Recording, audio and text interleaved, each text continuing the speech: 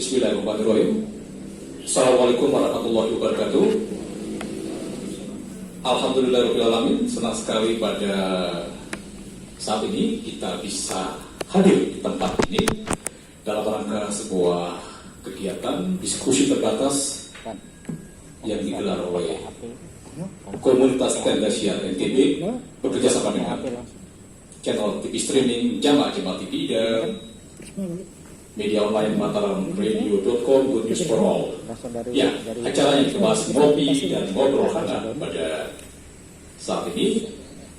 Kita akan mengangkat tema tentang isu yang sedang aktual di NTB, yakni berkaitan dengan KPID dan masa depan penyiaran di NTB.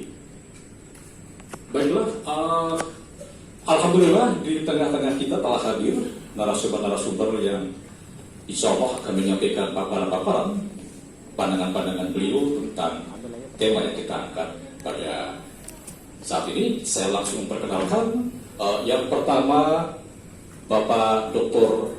Najamuddin Ami. Beliau adalah Kepala Dinas Kominfotik NTB. Assalamualaikum Pak Dokter. Sehat? Salam sehat Pak Dokter. Alhamdulillah. Akhirnya bisa memenuhi undangan kami. Kemudian ada Ibu Handayani STMM, Wakil Ketua Komisi Penyiaran Indonesia Daerah NTB. Assalamualaikum Bu Waka. Sehat Bu Waka? Siap. Kemudian yang selanjutnya ada pakar komunikasi dari Universitas Mataram, Bapak Dr. Agus Purbatin Hadi. Assalamualaikum Pak Dokter. Ya, jadi Pak Agus adalah Ketua Program Studi Kaprodi di Ilmu Komunikasi Universitas Mataram. Selanjutnya ada Bapak Fahmi Raharja SH LLM. Assalamualaikum Pak Fahmi. Ya, Pak Fahmi adalah Asisten Kepala Ombudsman Perwakilan NTB yang menangani aduan publik terkait layanan publik. Dan yang terakhir, insya Allah nanti bakal hadir juga pakar komunikasi dari UIN Mataram, Pak Dr. Patri. Ya, saya kira kita akan langsung saja memulai tema diskusi kita yang insya Allah dapat Anda saksikan melalui channel TV streaming Jamaah TV dan juga nanti akan diterbitkan oleh media online Mataram Radio.com. Saya akan memulai sesi diskusi ini dengan kita menyaksikan dan mendengarkan paparan dari kelima narasumber kita, dan saya akan coba memulai dari akademisi, ya, dari Pak Dr. Agus Purbatin Hadi untuk menyampaikan paparan tentang bagaimana KPID dan penyiaran kita di masa depan. Menarik, kita tanyakan kepada Pak Dr. Agus Purbatin sebagai pakar komunikasi, apakah menurut Pak Dokter KPI dan KPID saat ini relevan dengan perkembangan dunia penyiaran yang sedang memasuki era konvergensi. Kemudian bagaimana KPID ini? Apakah tetap kita pertahankan, kita kuatkan, atau sebaliknya yang sekarang sedang berkembang di publik? Dan mewakili publik juga, seperti apa pandangan Pak Dokter terkait dengan fenomena isu yang berkembang di NTB terkait dengan seleksi KPID yang juga menjadi konsumsi publik? Saya silakan Pak Dokter untuk waktunya 10 menit ke depan menyampaikan paparan. Baik, terima kasih. Assalamualaikum warahmatullahi wabarakatuh. Pak Kadis, mohon izin, Bapak Ibu narasumber. Pertama-tama saya sampaikan apresiasi pada teman-teman komunitas tenda siar, Jamaah TV dan Mataram Radio City ya, yang telah menyelenggarakan acara ini sangat menarik dan suatu literasi dan pencerahan bagi publik tentang dunia penyiaran. Sebelum saya melihat tentang KPID, mungkin kita kembali dulu kepada undang-undang yang menaungi berdirinya KPID, yaitu Undang-Undang Nomor 32 Tahun 2002 tentang penyiaran. Jadi KPID kan amanat dari undang-undang.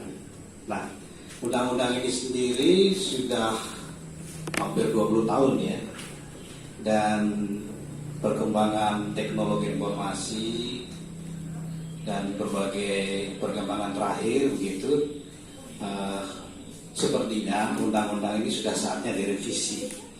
Bahkan bukan direvisi kalau menurut saya, tapi ditulis ulang. Seperti kemarin misalnya RCTI dan iNews ya, iNews TV pernah mengajukan ke Mahkamah Konstitusi untuk revisi salah satu pasal yang dinilai merugikan mereka ya, terkait dengan adanya layanan over the top ini ya. Khususnya mereka menyinggung Netflix dan YouTube serta video in demand lainnya gitu ya. Tapi itu kan berimplikasinya akan semua hal ini akan terkena, termasuk apa yang kita lakukan sekarang ini juga terkena begitu ya dari revisi undang-undang ini. Karena memang media baru, media siaran berbasis internet ini sampai sekarang belum ada pengaturannya. Baru ada undang-undang ITE yang lebih kepada kontennya yang dinilai menyinggung atau meresahkan begitu ya. Tapi secara keseluruhan belum ada undang-undang yang mengatur tentang penyiaran melalui internet ini. Nah, terkait dengan KPID, kalau menurut saya begitu ya, masih layak untuk dipertahankan, namun ditingkatkan ada wewenang dan kualitas wewenang, tugas pokok dan fungsinya diperbaiki. Ya.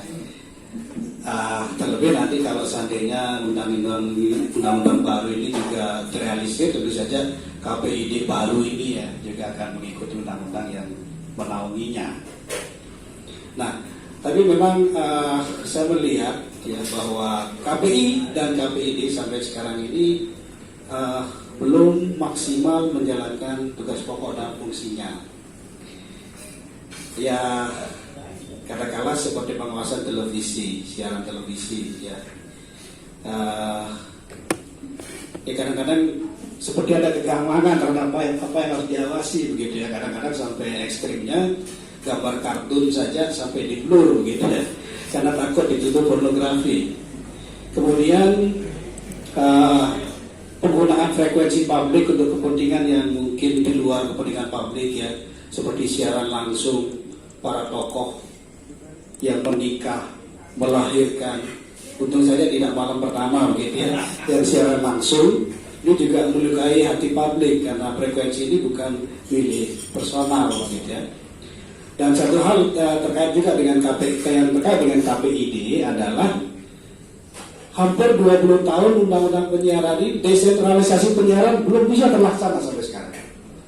Kewajiban lembaga penyiaran untuk bersiaran 10% ya dengan konten lokal, konten daerah sampai sekarang terpenuhi.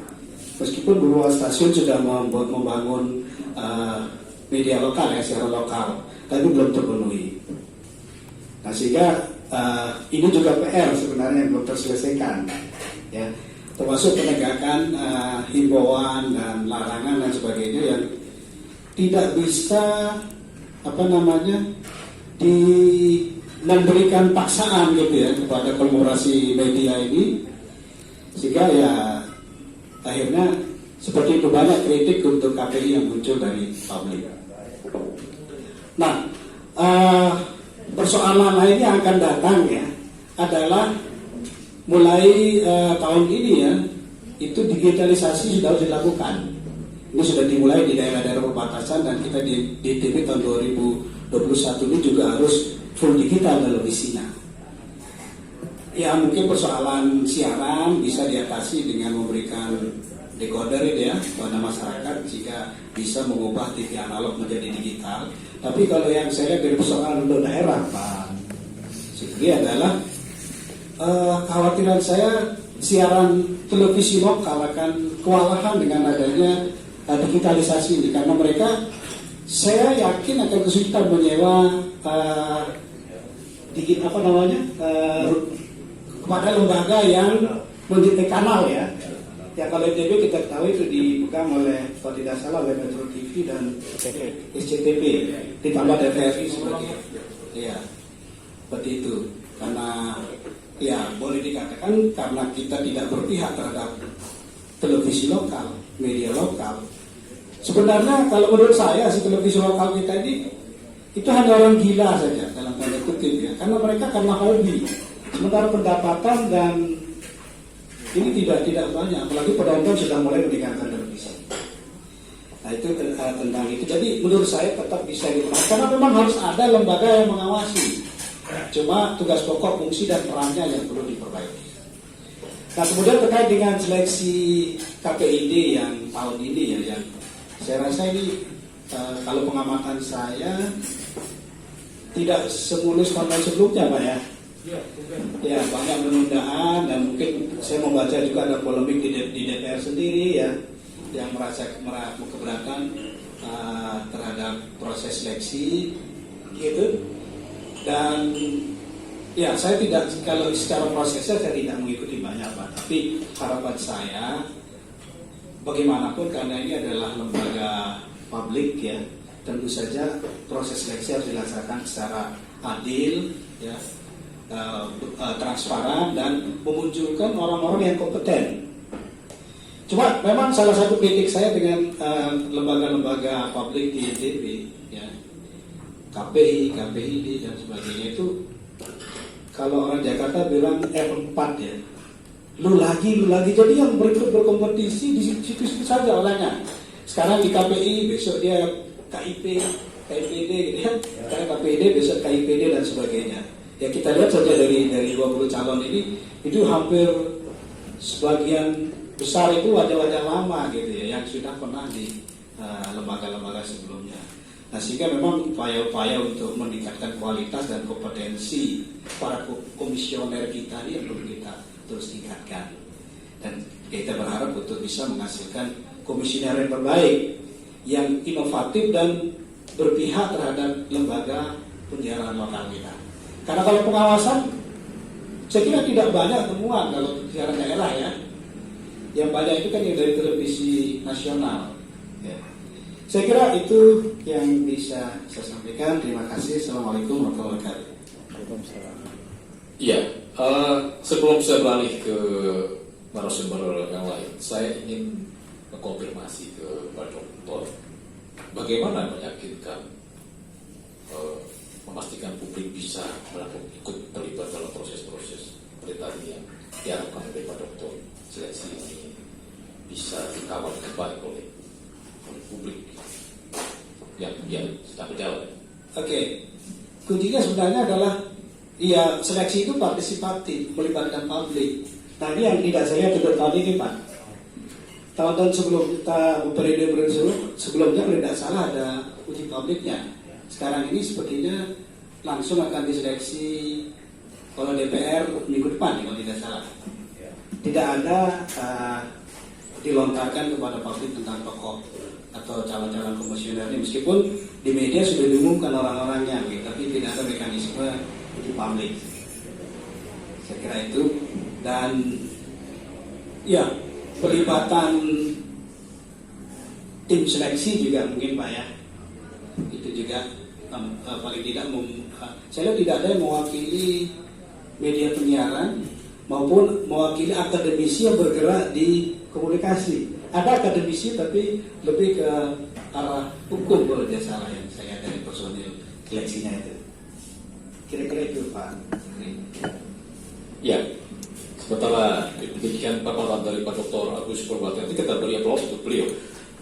Ya, menarik kita bicara soal KPID dan telah hadir di tengah kita juga pimpinan KPID.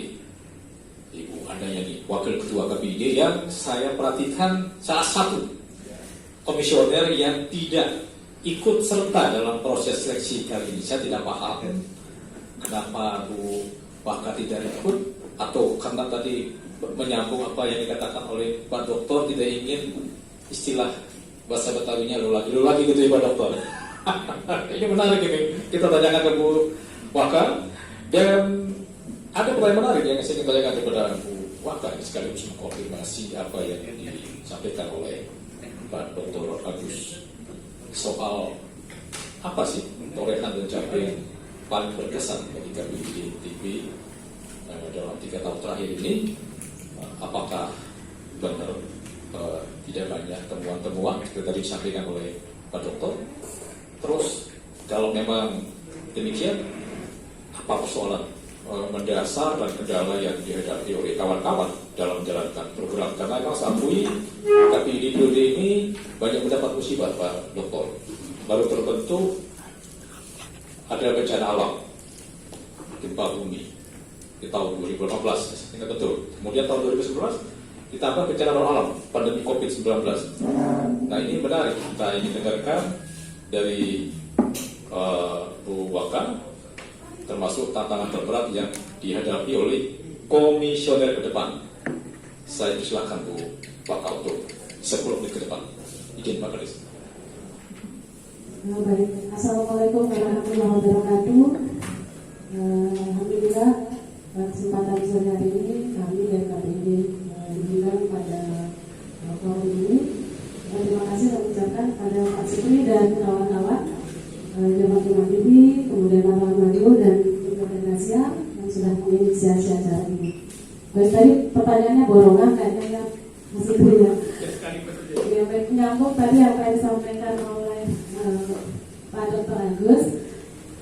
Ya, intinya memang di suatu lembaga negara itu baiknya perlu ada pembaruan, saya rasa, dan perlu ada kaderisasi. Karena dengan adanya orang-orang baru, pemikiran-pemikiran baru, itu memberikan kesempatan bagi lembaga untuk terus berkembang, berinovasi dan sebagainya. Mungkin itu alasan saya sedikit Pak Supri ya. Karena sebelumnya saya sudah di Komisi Informasi juga 1 periode, bersyukur juga diberi kesempatan di ikut berkiprah di KPID NTB ini selama 1 periode. Mudah-mudahan kedepannya akan diisi orang-orang yang lebih kompeten dan membawa KPID ini lebih baik lagi dan lebih berkualitas. Tadi yang terkait mungkin torehan prestasi ya, kami dilantik itu pada tahun 2018 ya kalau nggak salah, itu bulan Februari ya baruannya, April ya. Nah, jadi memang di awal tahun 2018 itu banyak sekali perubahan-perubahan. Yang pertama misalnya terkait regulasi pemerintahan daerah. Di situ ada perubahan paradigma, seperti misalnya di Subkominfo itu berubah menjadi Dinas Perhubungan dan Dinas Komunikasi dan Informasi. Nah, hal ini tentu berkontribusi bagi keberadaan KPID.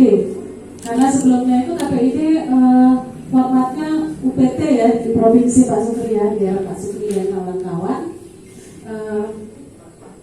Waktu itu memiliki sekretariat sendiri yang legislatif, kemudian penganggarannya juga saya rasa punya kewenangan mengelola anggaran yang lebih besar. Kemudian SDM-nya juga fokus untuk mengelola sekretariat Komisi Penyiaran Indonesia. Nah, ketika berlakunya PP 18 tentang pemerintahan daerah itu, otomatis urusan penyiaran tidak lagi menjadi urusan wajib maupun urusan pilihan di pemerintah daerah. Jadi tergantung apakah pemerintah daerah di provinsi-provinsi yang ada di Indonesia itu mau menganggarkan atau tidak untuk Komisi Penyiaran Indonesia daerah. Tapi saya rasa di satu sisi karena undang-undang penyiaran ini masih berlaku, termasuk di NTB kita bersyukur anggaran kita juga walaupun berupa format menjadi anggaran hibah yang besarnya 1,5 M ketika itu. Nah, kami masih ada sekretariat yang dirangkap oleh sekretaris Diskon waktu itu Mas Fadirus. Anggaran dan SDM juga masih cukup menunjang. Saya rasa itu di awal-awal. Kemudian untuk program-program kegiatan kami masih bisa menganggarkan untuk program misalnya peningkatan SDM penyiaran, kemudian literasi media dan sebagainya. Tapi sebenarnya lebih banyak mungkin kami bekerjasama dengan stakeholder lainnya, seperti misalnya dengan Pak Karumas waktu itu, Pak Dr. Najamuddin waktu itu juga berkontribusi untuk memberikan anggaran kerjasama melalui KPID dengan lembaga-lembaga penyiaran seluruh ITB untuk melakukan kegiatan-kegiatan talk show. Saya rasa ini penting karena memang kondisi lembaga penyiaran di awal-awal saya juga di KPID dilematis karena memang sudah muncul banyak media baru ya, seperti disampaikan tadi oleh Pak Doktor, sekarang YouTuber, kemudian masyarakat lebih cenderung juga mencari informasi melalui media sosial. Walaupun minat masyarakat untuk nonton TV itu masih tinggi ya, masih di atas 75%.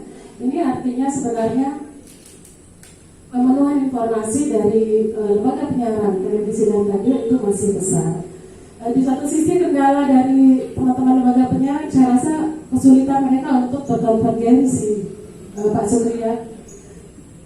Karena mereka hanya mengandalkan mungkin studio, tapi kami juga dari KPID yang punya tanggung jawab bagaimana agar teman-teman lembaga penyiaran ini juga punya channel di Facebook, kemudian di Instagram, kemudian agar mereka juga punya media online dan sebagainya. Jadi kesannya walaupun ada program kerjasama dengan pemerintah daerah, dari satu media mereka punya alternatif, mereka dapat 5 misalnya seperti itu.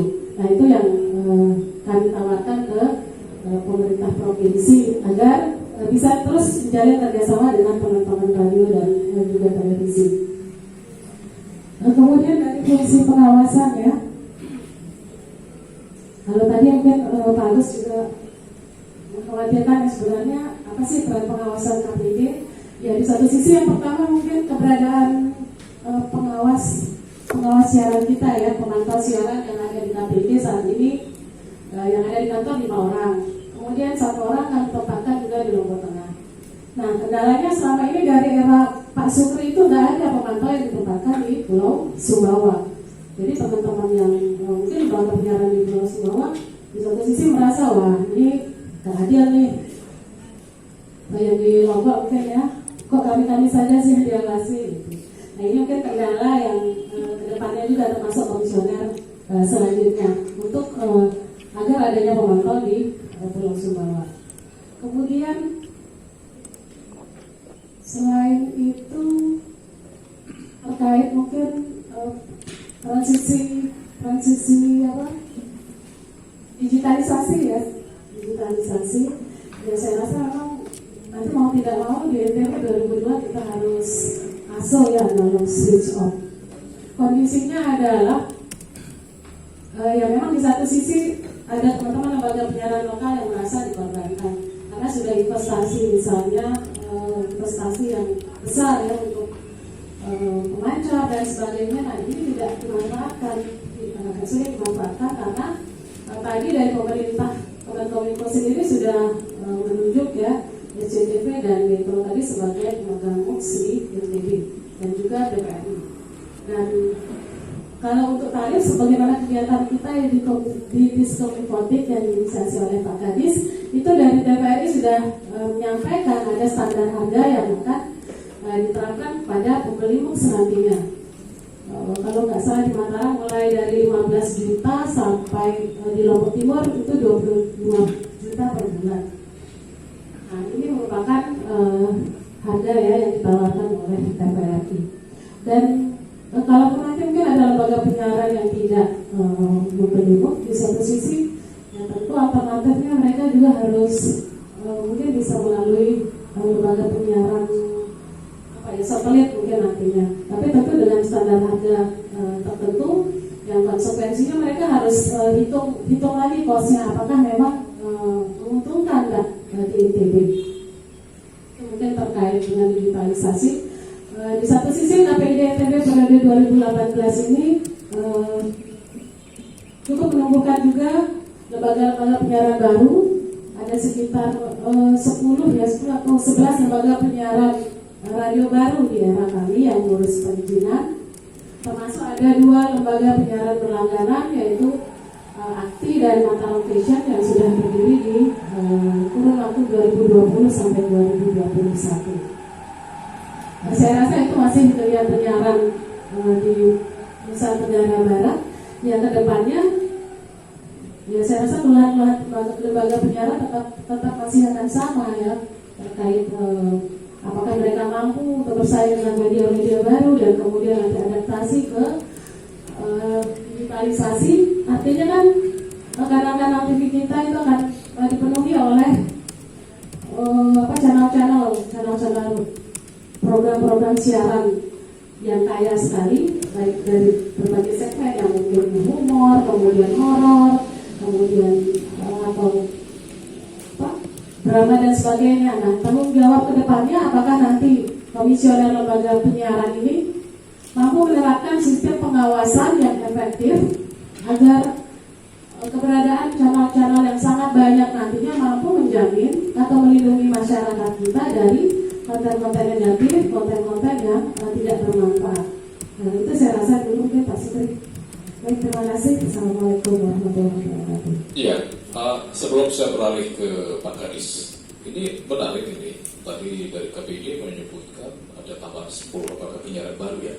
Ini ada selentingan dari kawan-kawan media existing yang hari ini juga mengeluhkan persoalan aspek bisnis lembaga penyiaran ini yang barangkali sudah mulai megah-megah. Nah, pertanyaannya, kenapa akhirnya KPID menambah lagi lembaga penyiaran dalam situasi dari sisi mungkin perusahaannya apakah meyakinkan mereka sehat atau bisa eksis persiaran kalau ujung-ujungnya misalnya tidak bisa seperti yang diharapkan. Ini bagaimana jawabnya menurut Bu Baka? Kemudian apa advokasi dari KPID?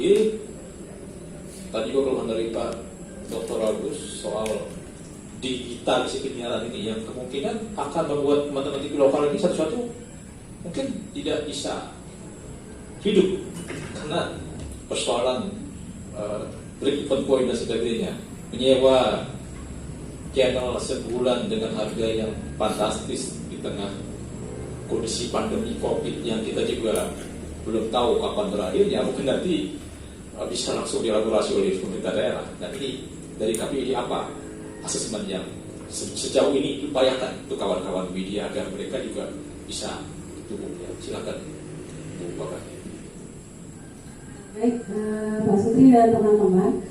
Tadi memang saya sampaikan pertumbuhan lembaga penyiaran ya di awal interview kami, karena memang sebelum 2018 itu belum ada peluang usaha untuk proses perizinan lembaga penyiaran yang khususnya radio, karena televisi masih di moratorium. Dan ini baru dibuka ketika awal kami di KPID di 2018. Nah, ketika peluang usaha itu dibuka, ini kan proses perizinan dilakukan oleh pengusaha-pengusaha radio ya Pak Sutri. Jadi mereka langsung menginput ke sistem. Jadi mungkin paradigma perizinannya sudah berbeda juga dari era dulu pada KPID awal.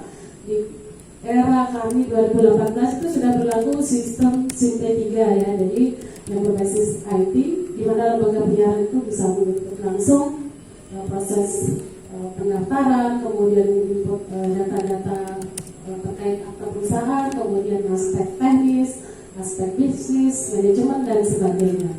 Nah, ketika itu banyaknya lembaga penyiaran yang memproses dan kami menjalankan memang tupoksi selaku di KPID, jadi melakukan verifikasi dan kemudian melakukan evaluasi. Selanjutnya itu memang diproses oleh sistem. Nah, ini juga termasuk kendala juga Pak Sutri untuk teman-teman di radio atau lembaga penyiaran saat ini. Jadi setelah SIM-P3 2018 itu 2019 teknologinya OSS ya, Online Single Submission. Jadi sesuai arahan Presiden memang diarahkan agar proses perizinan usaha itu lebih mudah, lebih ringkas, kemudian sederhana dan juga bebas biaya. Itu nanti akan berjalan standby service atau prosesnya hanya 1 hari aja. Jadi nggak ada yang kayak dulu mungkin ya berbulan-bulan proses perizinan standby service. Tetapi ini pun di sistem masih belum efektif, belum 100% Pak Sutri, karena kendalanya juga SDM di Telekominfo. Resikonya juga teman-teman radio ini banyak yang macet juga proses perizinannya. Nah, ini resikonya kalau memang mereka tertahan itu tidak bisa melanjutkan, Dan ini juga risiko yang harus dihadapi. Kemudian tadi terkait apa ya? Ya, aspek bisnis itu sebagai pertimbangan tidak dilihat juga ke iya. baru ini. Saya rasa kalau untuk aspek bisnis itu kan memang sudah dinilai juga oleh Kemenkominfo, jadi berdasarkan modal dasar yang mereka harus penuhi, kemudian aspek peralatan dan perlengkapan, saya rasa itu sudah clear. Sampai dengan keluarnya izin penyelenggara penyiaran sampai tahap akhir, saya rasa semua proses sudah dipenuhi oleh radio. Saya rasa memang perusahaan-perusahaan radio saat ini terafiliasi dengan perusahaan-perusahaan, mereka punya produk juga. Jadi mereka akan berhitung mungkin ya, kalau dengan iklan misalnya di media lain, kemudian di televisi atau radio lain, dengan memiliki radio, saya rasa mereka berhitung justru lebih hemat gitu. Tetapi kendalanya ya seperti yang Pak Dokter tadi sampaikan, keberadaan perusahaan juga di daerah kita ini kan minim sekali.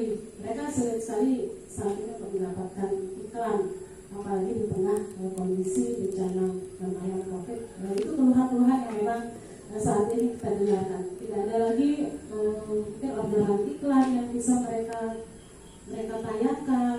Dan di satu sisi mungkin kita KPD tetap menjalankan tupoksi, jadi pengawasan misalnya terkait iklan obat-obatan mungkin yang terlalu vulgar, ataupun mungkin pengawasan terkait konten-konten itu tetap kami lakukan. Itu yang kami tambahkan, Pak. Terima kasih. Ya, terima kasih kepada Bu Wakil Ketua KPID NTB atas paparannya. Kita beri aplaus untuk Wadayani STRR. Ya, semakin menarik diskusi kita di tengah pandemi COVID. Kami selalu mewanti-wanti tim bahwa semua kita upayakan memenuhi standar protokol kesehatan yang ditetapkan oleh Satgas COVID-19 untuk mengantisipasi segala kemungkinan terburuk. Dan kalaupun misalnya yang hadir pada kesempatan ini tidak seperti yang kita bayangkan, itu semata-mata karena faktor COVID-19. Dan insya Allah semua bisa disaksikan di layar TV streaming Jawa TV. Kita akan lanjutkan diskusi kita, dan sekarang giliran saya akan menanyakan langsung kepada pemerintah daerah, kepada Pak Kadis Kominfo NTB, Bapak Dr. Najamuddin Amin, pemimpin masa depan, insya Allah. Ya, jadi Pak Kadis, menarik sekali tadi beberapa poin penting sepertinya sudah disampaikan oleh Ibu Baka terkait kendala-kendala yang dihadapi. Tentu Pak Kadis dalam catatan pihak pemerintah punya beberapa hal terkait sejauh mana Adis Kominfo NTB mencermati keberadaan KPID sebagai mitra pemerintah dalam ikut membangun daerah melalui sektor penyiaran. Kemudian bagaimana evaluasi pemerintah daerah sendiri mencermati performa KPID NTB dalam kurun waktu ya sejak awal hingga periode terakhir, dan sebentar lagi akan ketahuan siapa yang menjadi punggawa-punggawa berikutnya. Kemudian yang ketiga, saya borongkan langsung Pak Kadis ya, biar sekaligus dipaparkan bagaimana kebijakan pemerintah provinsi dalam konteks penguatan kelembagaan institusi KPID NTB yang saat ini mengalami perubahan sebagai wujud konkret dukungan pemerintah daerah juga kepada industri media siaran lokal yang saat ini sama dengan industri lainnya sedang mengalami kondisi yang terpuruk akibat pandemi COVID, bahwa hari ini tidak ada lagi dunia usaha yang melirik media siaran karena faktor itu pula ya. Yang keempat, Pak Kadis, ini juga penting, sekaligus nanti ditanggapi rumor yang berkembang di kawan-kawan media siaran terkesan bahwa Pemprov NTB memandang sebelah mata kawan-kawan media siaran ini dibandingkan media-media lain begitu. Nah, ini saya kira menarik untuk diklarifikasi oleh Pak Kadis, kira-kira ke depan seperti apa wujud sinergi yang akan dibangun oleh pemerintah daerah dalam memaksimalkan kawan-kawan media siaran yang saat ini tengah terpuruk. Dan yang terakhir tentu harapan dari pemerintah daerah terkait KPID ITB ke depan yang saat ini sedang menjalani proses seleksi. Saya persilakan Pak Kadis.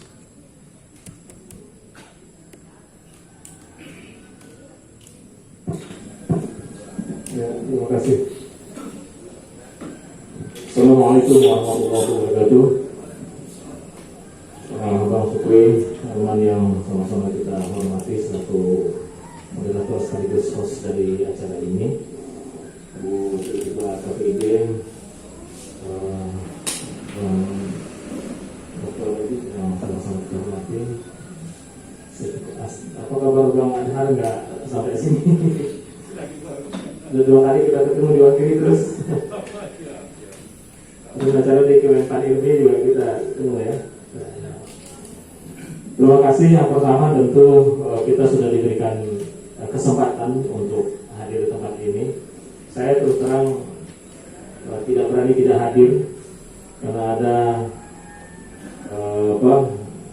2 komisioner yang hadir di sini mengundang. Ada Pak Arwan selaku komisioner yang masih aktif dan ada juga Ibu Wakil Ketua, ditambah dengan mantan Ketua Komisioner juga. Seperti itu. Jadi di sini itu ada 2 komisioner aktif dan ada 2 komisioner mantan. Ya, Pak Supri dan saya. Jadi nggak usah terlalu khawatir. Insya Allah saya tidak akan ikut daftar sebagai komisioner KPID.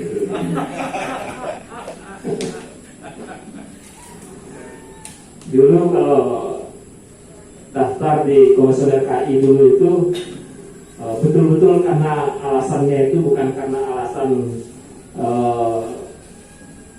ingin berjuang menyingkirkan orang lain, bukan.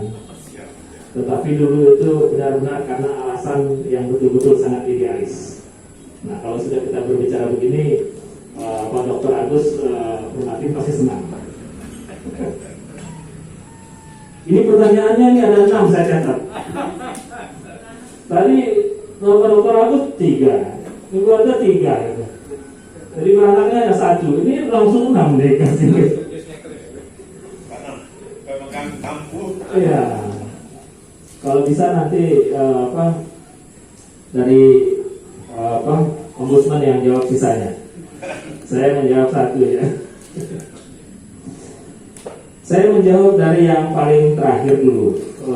Karena kalau kita berbicara eksistensi, saya memang baru 3 bulan di di ketua kepala dinas Kominfotik ini.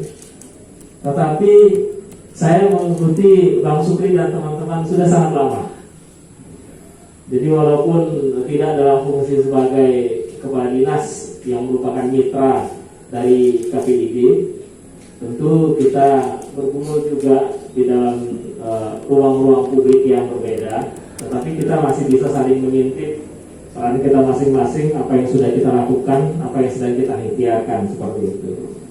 Sehingga tidak benar kalau misalnya dikatakan pemerintah provinsi NTB khususnya ya memandang sebelah mata kepada teman-teman dari media siaran atau misalnya televisi dan radio. Kenapa saya katakan demikian? Karena sesungguhnya alasan klasik kita kan hari ini karena wabah dari COVID-19.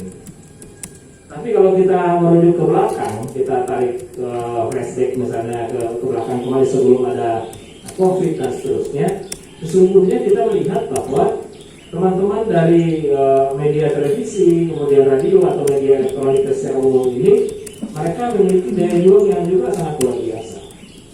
Salah satu contoh yang saya bisa tarik pada saat saya tahun 2009 sampai dengan 2015 itu menjadi kepala bagian humas, justru saya banyak bersentuhan dengan teman-teman wartawan televisi, bahkan juga dengan wartawan radio.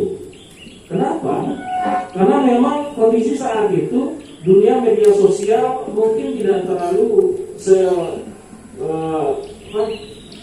sevulgar sekarang ya seolah-olah menggantikan lembaga penyiaran ini untuk menjadi reporter sendiri bahkan kita katakan sebagai citizen journalism, ya, mereka bisa menjadi host, sekaligus bisa menjadi sutradara, sekaligus mereka menjadi narasumber, ya. Dan hebatnya juga, ya, teman-teman para netizen ini bisa menggantikan posisinya Bang Agus sebagai akademisi, karena ternyata mereka lebih pintar dari akademisi yang sesungguhnya. Mereka langsung bisa belajar dari Profesor Google, ya. Jadi apa yang ingin saya sampaikan, tidak benar bahwa Pemprov memandang sebelah mata atau pemerintah daerah ini memandang sebelah mata. Apa yang terjadi? Yang terjadi itu adalah mungkin kita bisa melihat sisi dari dengan siapa kita bekerja sama atau dengan seperti apa kondisi kita bekerja sama. Nah, contoh yang sudah kita lakukan misalnya, memang pada saat saya menjadi Kepala Biro Humas itu tidak ada misalnya persentuhan secara langsung, misalnya kita sebagai pembina dari media-media penyiaran. Tetapi saat itu saya selalu mengatakan bahwa 3 platform ini harus betul-betul berjalan seiring sejalan. Ya, media cetak, media online, media elektronik. Nah, kemudian baru kita katakan media sosial. Media sosial itu adalah dia menjadi wasilah atau medium baru bagi ketikanya. Jadi sekarang ini, kalau misalnya saya lihat di Sumbawa Barat itu ada RPFM, dia itu menjadi lembaga penyiaran radio yang kemudian dia bisa online. Yang dia bisa online, ya. Tapi kemudian kita bisa saksikan beritanya di berita online itu sampai kita dengarkan musik. Kan asik kan? Nah, kalau misalnya hari ini itu kita bisa misalnya buka berita. Nah, kalau misalnya Mataram Radio Online ini misalnya buka beritanya. Tapi sambil buka berita, pasti tiba-tiba kita buka beritanya itu agak sangar sedikit, tapi diberikan dengan sentuhan kita mendengarkan lagu yang lembut, pasti suasana batin kita itu nggak jadi marah.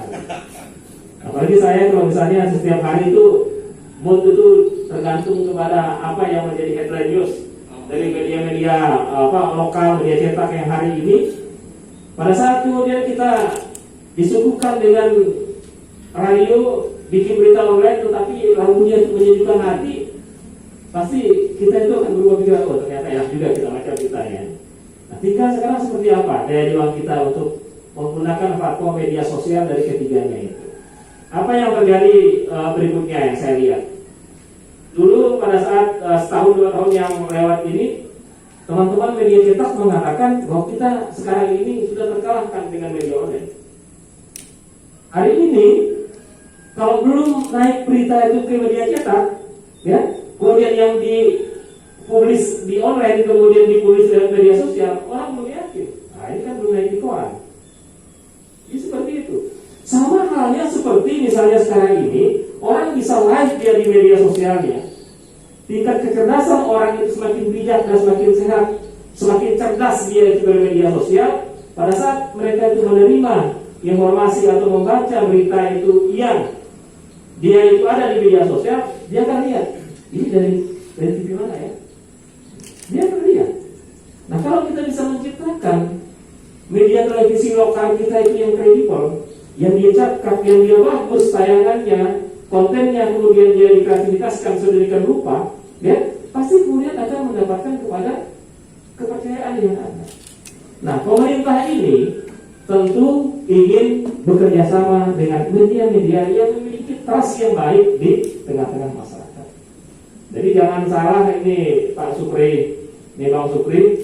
Jadi bukan kita memandang sebelah mata dalam konteks itu, tetapi pemerintah pasti memiliki parameter dan ukuran untuk bekerja sama dengan siapa. Contoh misalnya hari ini, Dewan Pers mensyaratkan supaya ada verifikasi, bukan hanya administrasi, sampai kepada verifikasi faktual yang dilakukan. Tetapi kami juga tidak tega, karena ternyata juga ada media-media yang juga belum verifikasi secara faktual, tapi baru secara administrasi. Apakah kita tinggalkan? Tidak. Itulah fungsi pembinaan yang harus kita lakukan. Maka KPID bersama dengan Dinas Kominfotik ini harus kemudian bergandengan tangan, ya, bahu membahu. Betul kita ini anhierarkis, tidak dari atasan dan bawahan, tetapi kita ini mitra sejajar, karena juga ini kewenangan pusat yang kemudian ada di daerah yang harus kita jalankan secara bersama-sama.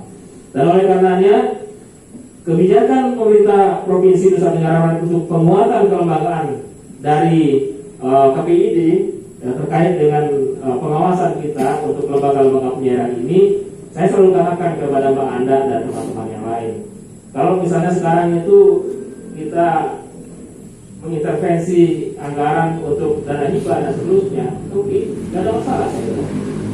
Tetapi dibutuhkan kreativitas dari kita semua itu. Jangan sampai karena persoalan klasik anggaran direfocusing apa segala macam semua, itu membuat langkah KPID itu terhenti untuk berbuat. Nah itu yang nggak benar, itu keliru. Sehingga saya selalu mengajak, ayo teman-teman KPID, pada saat diskon COVID jalan, ayo kita jalan bareng. Pada saat KPID jalan, ayo kita jalan bareng. Kenapa? Karena tidak ada yang lebih pantas untuk kita syukuri. Kaki yang masih sehat, ya, mata yang masih bisa memandang, tangan yang masih bisa berbuat, ya, mulut yang masih bisa berucap, hati yang masih punya tekad. Kalau betul-betul kita mau untuk bergerak melakukan pengawasan dan membantu membina teman-teman lembaga penyiaran atau media penyiaran yang ada di sini. Jadi sangat tegas sebenarnya itu apa yang ingin saya sampaikan 3 bulan saya di Dinas Kominfotik itu. Dan oleh karenanya saya melihat dan saya berharap bahwa performa dari KPID di masa yang akan datang ini setelah Bang Anda, Pak Arwan dan teman-teman yang lain ini harus lebih baik. Karena apa? Bukan hanya akan menjadi performa atau eksistensi dari 7 orang komisioner, tetapi juga akan menjadi ukuran dari keberhasilan kepala dinas Kominfotik yang sedang menjabat. Jadi mereka akan memberikan asesmen kepada apa saja yang menjadi supporting. Kenapa? Karena kami diberikan tugas sebagai fasilitator untuk sekretariat dari komisioner KPID ini dengan segala tugas yang diembannya seperti itu. Jadi kalau misalnya itu nanti dikatakan bahwa KPID yang baru ini tidak memiliki performa kemudian itu lebih bagus dari yang sebelumnya, bisa jadi karena faktor KPID-nya, tetapi bisa juga jadi karena faktor dari kepala dinas Kominfotik yang tidak memberikan support yang optimal terkait dengan pekerjaan-pekerjaan baik secara komisionernya maupun secara kelembagaannya seperti itu. Nah, oleh karenanya Pak Mukri, jadi saya ingin menyampaikan dalam kesempatan ini, saya mengucapkan terima kasih menyambut baik apa yang dilakukan ini menjelang ini fit and proper test yang dilakukan oleh Komisi 1 DPRD Provinsi Nusa Tenggara Barat. Tentu kita punya area tugas masing-masing. Pemerintah provinsi sudah menyelesaikan seleksi di tingkat eksekutif dan sudah diberikan 21. Kita menganggap dan kita harus mengakui bahwa itulah ya, calon-calon komisioner, kandidat-kandidat yang akan bertarung di sana. Kita berikan kesempatan kepada 21 orang ini masuklah kepada ranah legislatif, dan di ranah legislatif ini mereka harus berjibaku, mereka harus berjuang, mereka harus mampu meyakinkan dirinya sekaligus meyakinkan DPRD bahwa mereka memang layak dan pantas untuk menjadi komisioner KPID Provinsi Nusa Tenggara Barat. Yang terakhir, ini harapan KPID ke depan, tentu saya akan berusaha untuk menjadi mitra kerja yang harmonis. Kita ingin menyambut teman-teman KPID yang baru ini seperti halnya juga kita menyambut kita melepas mantan komisioner yang sebentar lagi lengser ke pelabuhan. Terima kasih. Assalamualaikum warahmatullahi wabarakatuh. Waalaikumsalam. Ya. Terima kasih Pak Kadis Kominfotik NTB yang telah menjabarkan beberapa critical point yang terkait dengan bagaimana KPID ke depan dan masa depan penyiaran NTB. Sepertinya semakin menarik kita dalami lagi beberapa hal terkait dengan masa depan penyiaran NTB.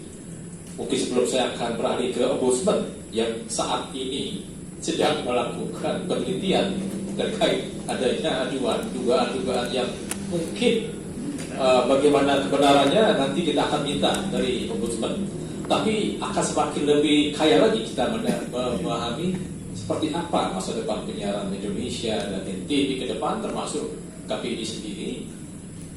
saya akan coba mengelaborasi pandangan Pak Dr. Agus dengan Pak Dr. Kadri, karena yang saya yakini Pak Dr. Kadri adalah salah satu dari pakar komunikasi yang terlibat sejak periode pertama sampai periode di eranya Bu Bakar, ya, melakukan sebagai tim seleksi, ya, dan setahu saya tidak pernah ada gejolak terkait dengan proses seleksi yang terjadi. Baru kali ini ada masalah. Nah, ada beberapa poin yang ingin saya tanyakan kepada Pak Dr. Kadri terkait fenomena yang sungguh menarik ini. Jadi, kalau kita amati secara nasional, KPI sekarang juga sedang disorot. Bahkan salah satu partai anak muda, partai milenial yang merasa mungkin para konstituennya terganggu oleh keinginan KPI untuk melakukan pengawasan terhadap konten-konten di media lain. Akhirnya sekarang malah KPI jadi sorotan untuk mohon maaf, ingin dibubarkan. Bagaimana sebenarnya KPI ke depan ini dalam konteks era kekinian? Sambil ya terus terang sejak era saya di tahun 2009 sampai periode terakhir itu, semangat untuk merevisi undang-undang kan tidak pernah habisnya. Tadinya sudah masuk prolegnas di urutan pertama, tiba-tiba hilang. Tidak tahu, malah yang muncul undang-undang Ciptaker yang cukup menjadi persoalan bagi KPI ke depan karena beberapa kewenangan seperti mulai diamputasi. Nah, tentu Pak Dokter punya pandangan sendiri dan harapan-harapan ke depan bagaimana kita memberikan dukungan penguatan kepada lembaga ini yang sedang sekarang berproses. Saya silakan Pak Dokter.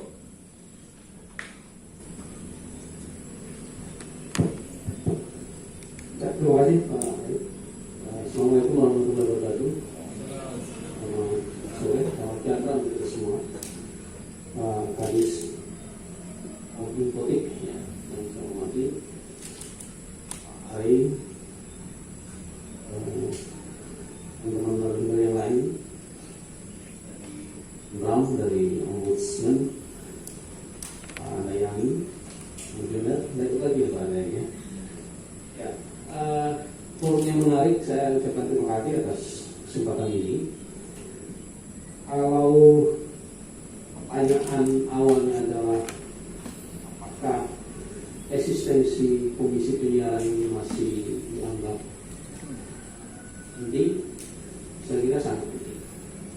Karena itu menurut saya keberadaan KPI justru harus diperkuat seiring dengan semakin meningkatnya dan berkembangnya tantangan-tantangan di dunia penyiaran.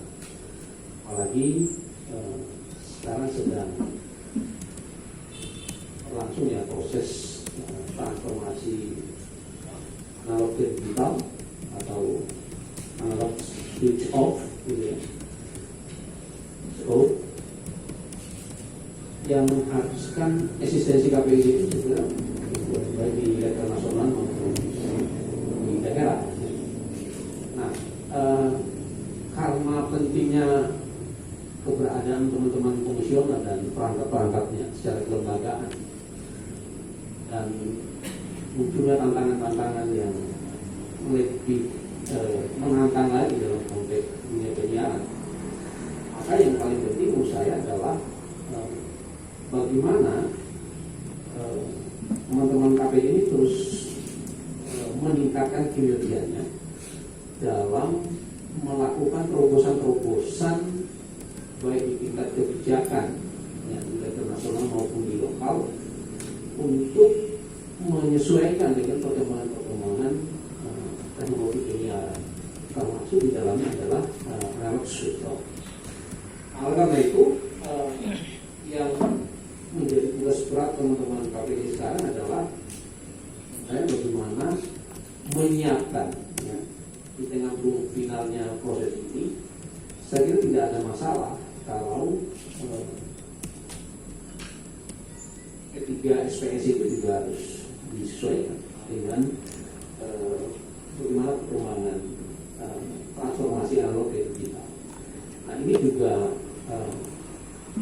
bukan pekerjaan mudah menurut saya. banyak hal baru yang diperlukan, banyak hal baru yang akan muncul menurut saya yang memang harus respon dan diantisipasi secara bagus, sehingga ketika itu nanti diimplementasikan, maka teman-teman komisioner di KPI ini juga siap dengan bagaimana regulasi-regulasi yang terkait dengan perpeliharanan dan lain sebagainya.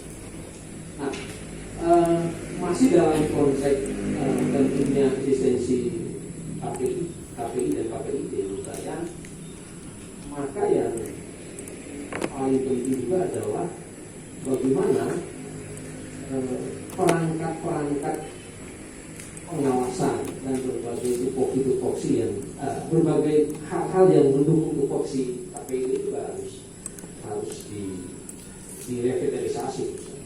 Nah, inilah yang harus dibicarakan dengan pihak pemerintah daerah, provinsi tentu saja, yang dalam hal ini ada Bang Najam di situ yang sangat mengerti tentang persoalan itu saya, sehingga yang harus diantisipasi apakah, atau sekaligus menjadi pertanyaan, apakah misalnya perangkat pengawasan dan pemantauan siaran itu masih relevan dengan regulasi baru dalam analog switch off nanti. Kalau memang itu sudah tidak bisa lagi menjawab realitas-realitas perubahan itu, saya kira sudah menjadi keharusan bagi pemerintah daerah lewat teman-teman komisioner yang ada di provinsi dan dinas terkait untuk merevitalisasi dan peremajaan terhadap alat-alat pengawasan siaran yang dimiliki. Termasuk menurut saya teman-teman KPID ini harus juga kreatif.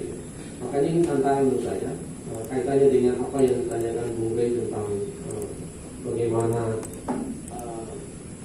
pemahaman saya tentang perjalanan KPID di NTB ini. Menurut saya ini beda masa, beda tantangan. Kalau di era Bung Rey di masa awal ini kan, kalau Bung Rey dan kawan-kawan ini kan asal dikenal awal gitu ya. Jadi orang-orang awal yang memang merintis, tantangannya tidak mudah. Di saat orang blank sekali tentang apa itu KPID, Pak Rey hadir dan bisa memberi pencerahan dan sosialisasi, dan saat itu juga menseleksi, mempertimbangkan pemberian izin siaran dan sebagainya di saat sebelumnya juga belum pernah dilakukan. Ini juga tantangan. Tapi yang saya apresiasi dari teman-teman di awal itu, sampai kenal awal itu adalah di saat tugas berat itu gajinya juga kecil, ringan. Jadi tugasnya berat, gajinya ringan. Nah, yang sekarang ini yang itu tidak mengatakan terbalik misalnya. Gajinya luar biasa, fantastis sekali. Tapi tugasnya juga tidak terlalu terlihat berat menurut saya. Apalagi kalau misalnya saya sepakat dengan Bung Kadis tadi, kalau ngeyel dalam arti gini, saya tahu bahwa anggaran program untuk teman-teman KPID ini gitu. Tapi bukan berarti bahwa teman-teman komisioner itu tidak kreatif untuk mensiasati keminiman anggaran itu. KPID menurut saya bukan OPD yang memang kerjanya adalah selalu berdasarkan sebesar apa anggaran pendapatan yang didapatkan gitu ya. Anggaran belanja yang harus mereka kelola gitu. KPID saya kira harus lebih kreatif, banyak cara yang bisa dilakukan. Tadi saya kira Bung Najam sudah banyak menjelaskan hal itu, sehingga tupoksi KPID itu menurut saya tidak selamanya harus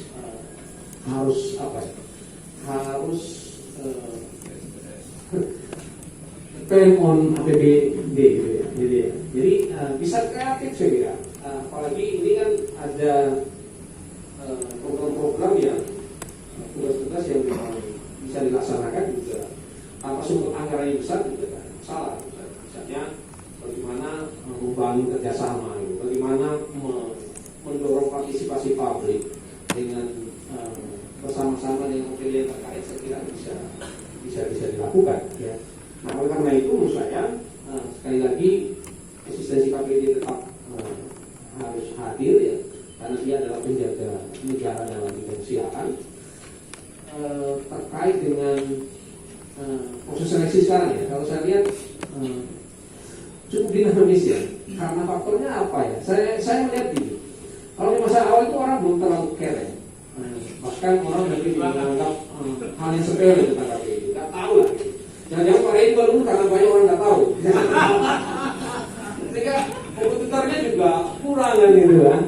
Nah, dari selektif itu ya memang saat orang banyak mendaftar sehingga proses seleksi yang tereliminasi juga banyak. Nah, atau juga orang banyak berpikir KPI sekarang ini dan ributnya juga lumayan karena gajinya juga besar mungkin ya. Tidak seperti dulu. Kalau gajinya kecil mungkin tidak orang ramai gitu ya. Tapi ini gue aja. Yang jelas bahwa kita harus mengenai itu adalah semangat dan motivasi anak-anak NTB untuk berkontribusi dan mengabdi lewat Komisi Penyiaran Indonesia daerah NTB, dan sehingga itu lebih banyak. Nah, tapi saya melihat seperti ini ya. Kalau kita bicara revisi undang-undang, harusnya memang KPID ini dia harus sama dengan KPU. Proses seleksinya dan penganggarannya dia harus dibawa ke APBN, sehingga proses seleksinya juga tidak melibatkan DPRD karena terlalu dekat jarak kepentingan antara teman-teman DPR yang ada di NTB dengan seluruh calon-calon komisioner. Kalau mereka harus dijauhkan menurut saya, sehingga proses seleksi itu menjadi objektif. Misalnya gini, misalnya KPU diseleksi oleh komisioner pusat itu. Sebaiknya kalau kita boleh usul di revisi undang-undang penyiaran itu ya komisioner-komisioner KPID di daerah itu juga harus diseleksi oleh KPU pusat, sehingga jarak emosional antara penyeleksi dengan calon itu juga sangat jauh. Pertama, yang kedua ada pemahaman. Saya kira teman-teman KPI pusat punya kriteria-kriteria sendiri ya untuk menentukan. Meskipun unsur-unsur politik selalu ada, tapi paling tidak bisa diminimalisir. Kalau seluruhnya dibawa ke DPR ini kan sangat kental, pusat pertimbangan politiknya, gitu kan. Nah, kenapa harus ke pusat? Mereka ini urus negara, dan urusannya tidak pernah berhenti. Kalau KPU aja yang urusannya hanya saat pemilu aja itu kan diurus oleh APBN. Kenapa teman-teman komisioner penyiaran yang setiap hari mengurus tentang penyiaran, tantangan-tantangan dan ancaman-ancaman di bidang penyiaran terhadap negara itu tidak diurus oleh negara kan gitu kan? Nah, ini juga yang menjadi alasan menurut saya kenapa proses seleksi ini harus dibawa ke komisioner KPI pusat, sehingga menurut saya akan mendapatkan hasil-hasil yang lebih maksimal. Saya bukan berarti menyampaikan tidak. Tapi karena sistemnya sekarang sedang diseleksi oleh DPR, kalau kita boleh berharap menurut saya subjektivitas Komisi 1 itu ya pasti ya, kan gitu. Tapi meminimalisir subjektivitas dan ruang-ruang subjektivitas itu dikasih irisan-irisan objektivitas juga adalah ekspektasi bagi kita gitu. Nah, caranya bagaimana? Kalau saya boleh usul, sebaiknya terbuka saja gitu ya. Kalau bisa disiarkan oleh radionya Pak Rey atau televisi, sehingga publik juga bisa menyaksikan siapa sesungguhnya yang layak, kan gitu ya. Siapa sesungguhnya yang layak menurut publik. Paling tidak sesuatu yang dipublish, sesuatu yang digelar secara terbuka itu akan memberi efek efek objektivitas yang relatif bagus ketimbang itu dilakukan secara tertutup, sehingga DPR representasi rakyat. Oleh karena itu kerjanya juga Dewan Rakyat. Nah, apalagi di dalam proses seleksi. Apa yang terjadi di Ombudsman pusat saya kira sama ya. Bung Adar juga saya lihat di TV itu diwawancarai oleh komisi terkait di DPR pusat ya, terbuka juga. Jadi kita bisa menyaksikan ya, siapa yang sesungguhnya Pak. Termasuk kita bisa tahu seperti apa sih cara Komisi 1 menggali, mengeksplorasi pemahaman-pemahaman dari calon itu. Dan terakhir menurut saya ini, salah satu pertimbangan juga diversity of komisioner. Misalnya keragaman, diversity of komisioner background, gitu ya. Jadi keragaman latar belakang komisioner itu penting juga untuk dipertimbangkan. yang tentu latar belakang yang beragam yang bisa mensupport kerja-kerja mereka. Jangan sampai di situ didominasi oleh komisioner dengan latar belakang pendidikan tertentu, nanti urusannya nanti terlalu monotone gitu. Nah, misalnya kalau harus ada memang yang paham tentang penyiaran, apakah dia bekerja sebagai penyiar misalnya, atau direksi atau komisaris di dunia penyiaran.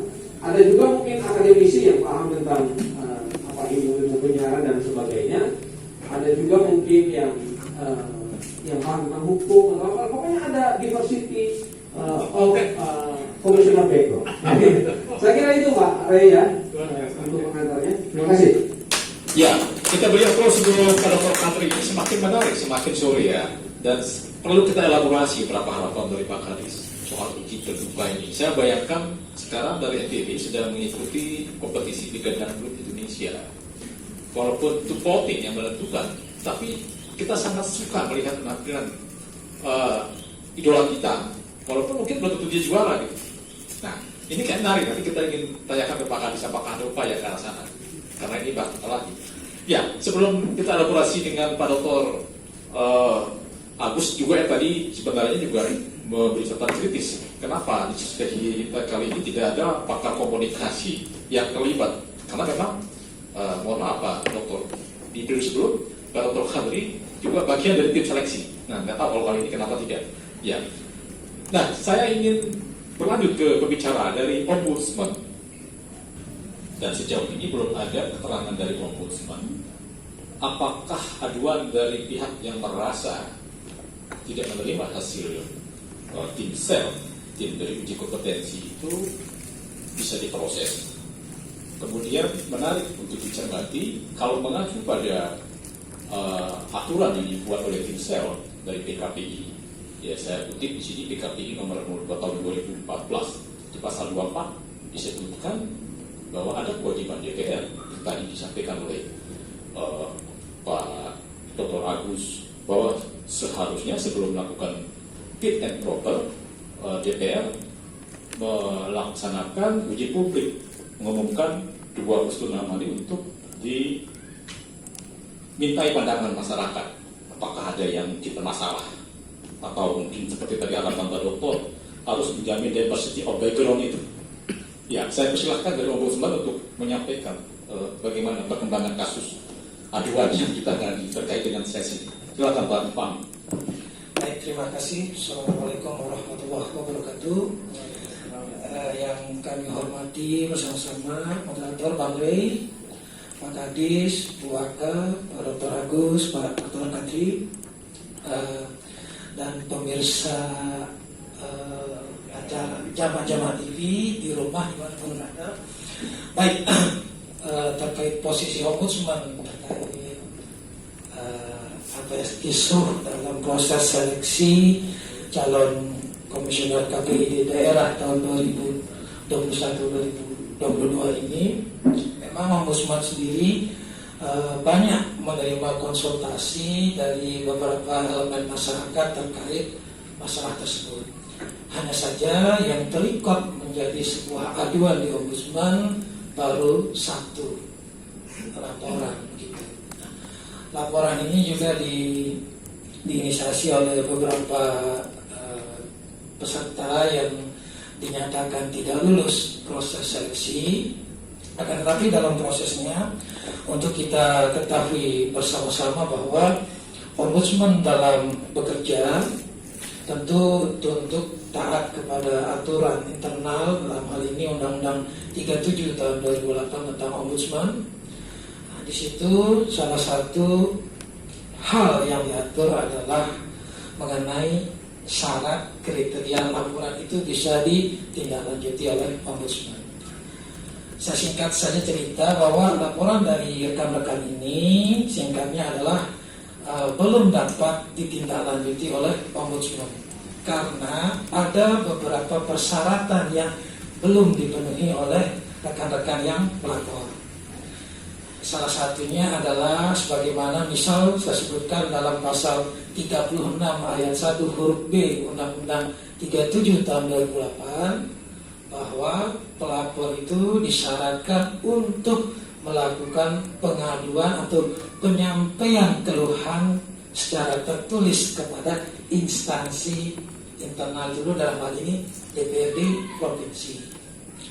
Dan itu juga sudah kita sampaikan kepada rekan-rekan yang lapor dan diterima baik untuk melengkapi apa yang menjadi syarat kita di situ.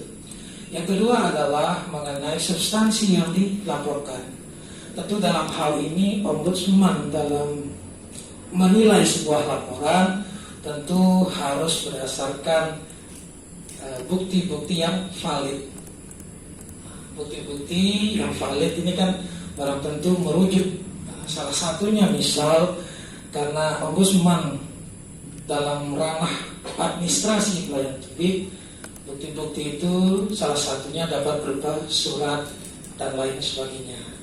Inilah yang kita minta kepada rekan-rekan yang lapor untuk memperbaiki aduannya sehingga aduannya tersebut lebih menjurus kepada apa yang diinginkan begitu.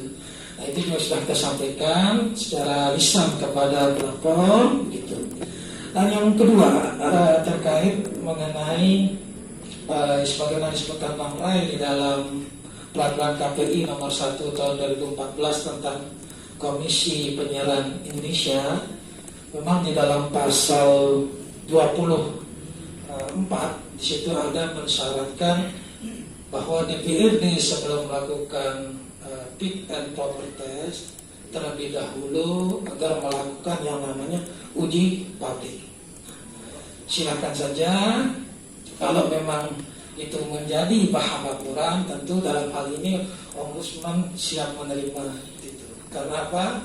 Dalam ketentuan tentang Ombudsman ini adalah lembaga negara yang mengawasi penyelenggaraan pelayanan publik oleh satu, penyelenggara negara dan pemerintahan, dua, BUMN, ketiga, BUMD, keempat, badan hukum milik negara, kelima, badan hukum swasta atau perorangan yang tugasnya salah satunya diberikan oleh negara untuk pelayanan publik yang sebagian atau seluruh dananya bersumber dari APBN dan APBD. Saya kembali mungkin ini pada tahun 2017-2018 rekan-rekan komisioner yang sekarang menjabat juga pernah melaporkan kepada kami sebelumnya, gitu, melaporkan Komisi 1 DPRD provinsi waktu itu. Apa substansi laporannya adalah mengenai hasil panitia seleksi kan belum ditindaklanjuti sampai kurang lebih 2 tahun kalau tidak salah di situ, dan itu menjadi aduan kepada Ombudsman. Dan sepanjang aduan tersebut memenuhi syarat kriteria ditentukan oleh undang-undang, Ombudsman akan menerima tersebut. Tetap Ombudsman berpegang kepada itu tadi Undang-Undang 37, dan tentu harus disadari bahwa Ombudsman ini kan lembaga yang imparsial, tetap di tengah gitu. Nah, sehingga nilai-nilai integritas tetap dikedepankan oleh begitu singkatnya. Ini menarik ini Pak Fahmi soal DPR pernah diadukan oleh calon komisioner malah yang belum juga ditindaklanjuti hasilnya. Nah, terkait dengan yang tadi disampaikan keinginan dari publik agar dilakukan dan kita juga sudah kita sama-sama tahu ternyata proses uji publik fit and proper yang diadakan oleh DPR ini sebagian orang mengatakan ini mengalahkan metodologi gitu, sehingga ada tahapan yang tadi disebut oleh Ombudsman tidak dilalui. Nah, ini seperti apa potensi ini kemungkinan akan dilakukan oleh mereka yang tanda kutip mungkin saja merasa juga tidak terima, dan apakah bisa diproses manakala hasilnya juga sudah clear gitu. Nanti kita kan nggak tahu, jangan-jangan minggu depan juga sudah keluar hasilnya, sementara aduan ini kan prosesnya juga tidak singkat. Bagaimana nih? Terima kasih Pak. Nah, jadi memang kita harus berpacu dengan waktu, Bang, ya. Satu sisi ini barang sudah di DPRD Provinsi untuk fit and proper test, Pansel juga sudah selesai bekerja, tapi perlu saya ingatkan bahwa banyak kanal untuk melakukan sebuah aduan. Salah satunya adalah Ombudsman, salah satunya lagi adalah yang namanya Peradilan Tata Usaha Negara. Mungkin singkatnya kalau masih ada yang keberatan, nanti SK penetapannya kan bisa diuji di sana begitu. Terkait mengenai kewenangan bersifat substantif, prosedural, dan lain sebagainya kan di situ. Yang kedua adalah mengenai posisi Ombudsman sendiri. Bahwasanya tetap kita melihat di dalam norma tersebut kan ada persyaratan bahwasanya sebelum melakukan fit and proper test, maka DPRD Provinsi dalam hal ini melakukan uji kelayakan atau uji publik seperti itu. Tentu dalam hal ini apabila nanti ada laporan masuk ke dalam Ombudsman, apabila memenuhi syarat kriteria, ya tentu kita akan proses seperti itu. Tapi kembali lagi bahwa tentu kami akan sampaikan kepada pelapor nantinya timbangan-timbangan seperti apa dalam hal ini, masukan-masukan atau legal advice yang bisa ditempuh oleh pelapor jika akan mengadu. Tetapi pada prinsipnya siapapun warga negara yang merasa dilanggar hak-hak konstitusionalnya itu dapat melaporkan keluhannya kepada Ombudsman NTB. Artinya bahwa publik bisa menggugat DPR berarti selaku badan publik begitu ya maksudnya Pak Fahmi, terkait seperti tadi yang dimaksud itu ya. Mungkin bahasa menggugat ini bahasa untuk ke pengadilan ya. Kalau ke Ombudsman itu mengadu gitu. Jadi biar kita luruskan. Jadi sehingga persepsi publik tidak keliru. Tapi kesannya menggugat DPRD Provinsi, tetapi lebih tepatlah mengadu begitu. Sepanjang syarat dan ketentuan dipenuhi oleh pelapor, maka Ombudsman berkewajiban untuk menindaklanjutinya. Satu lagi Pak Fahmi, tadi disampaikan oleh Pak Dr. Kadri juga oleh Pak Dr. Agus selaku pakar komunikasi berkaitan dengan proses fit and proper ini. Tadi juga Pak Fahmi menyetir pasal 5 di peraturan KPI sebagai rujukan bahwa harus digelar uji terbuka. Nah, makna terbuka ini apakah sama seperti yang disampaikan oleh Pak Dr. Kadri dan Pak Dr. Agus, bisa diakses oleh publik atau bagaimana? Karena sepertinya tidak seperti itu kelihatannya yang bakal dilakukan oleh DPRD. Nah, seperti apa potensinya nanti juga akan dijadikan sebagai bahan kita juga mengantisipasi ke depannya? Terbuka tentu saja di situ di pasal 24 itu dijelaskan salah satunya adalah melalui media massa elektronik maupun cetak untuk dipublish. Dan tetap tentu saja dalam bertindak setiap lembaga negara, institusi pemerintahan tunduk kepada misalnya salah satu adalah namanya Undang-Undang 30 tahun 2014 tentang Undang-Undang Administrasi Pemerintahan. Di sana kan dikatakan bahwa setiap penyelenggara negara pemerintahan itu dalam membuat keputusan atau bertindak tunduk kepada aturan perundang-undangan dan asas-asas umum pemerintahan yang baik. Begitu. Salah satu asas pemerintahan yang baik itu adalah misalnya cermat. Cermat itu apa? Asasnya penjelasannya adalah dalam mengambil tindakan atau keputusan, maka siogianya pejabat ini mendengarkan masukan yang komprehensif, holistik.